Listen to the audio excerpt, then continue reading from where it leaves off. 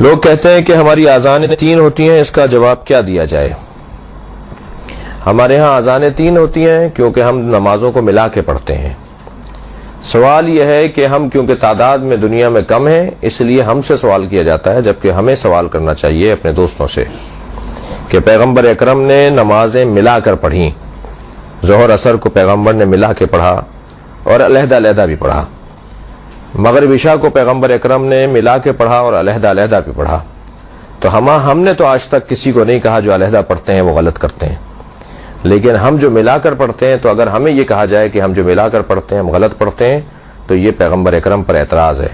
پیغمبر اکرم نے دونوں طریقے پر عمل کر کے دکھایا تاکہ میری امت آسانی میں رہے۔ صحیح بخاری، صحیح مسلم، اہل سنت کی کتابوں میں روایت موجود ہے۔ اب جب آپ کو 2 نمازوں کو ملا کے پڑھنا ہے تو اذان کا فلسفہ ہے اعلان، لوگوں کو آگاہ اور اطلاع کرنا کہ نماز کھڑی ہو رہی ہے، جماعت کھڑی ہو رہی ہے۔ تمام فقہی کتابوں میں اذان اعلام اور ہے، اذان للصلاۃ اور ہے، نماز کی اذان اور ہے اور اعلان کی اذان اور ہے۔ تو لاؤڈ اسپیکر پر جو اذان کہی جاتی ہے وہ اذان کہی جاتی ہے اعلام کی اذان، یعنی اعلان کی اذان۔ اعلام بھی لفظ صحیح ہے میم کے ساتھ اور نون کے ساتھ، اعلان بھی لفظ صحیح ہے۔ اور پھر جب لوگ سب اعلان سن کر جمع ہو جاتے ہیں تو پھر دوسری نماز کے لیے ہمارے ہاں اقامت کہہ لی جاتی ہے، اور اگر اذان بھی کہی جائے مطلق ذکر کی نیت سے تو وہ بھی صحیح ہے، اس کے لیے لازم نہیں ہے کہ اسے لاؤڈ اسپیکر پر کہا جائے، کیونکہ جنہیں بلانا تھا انہیں بلا لیا گیا اور انہیں پتا ہے کہ اب سب جمع ہوں گے تو دونوں نمازوں کو ایک ساتھ پڑھیں گے۔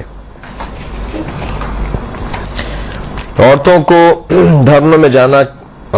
دھرنوں میں جانا کیسا ہے؟ جیسے ہماری شیعت کے مطابق ہوں، جن میں ہماری ضرورت ہو۔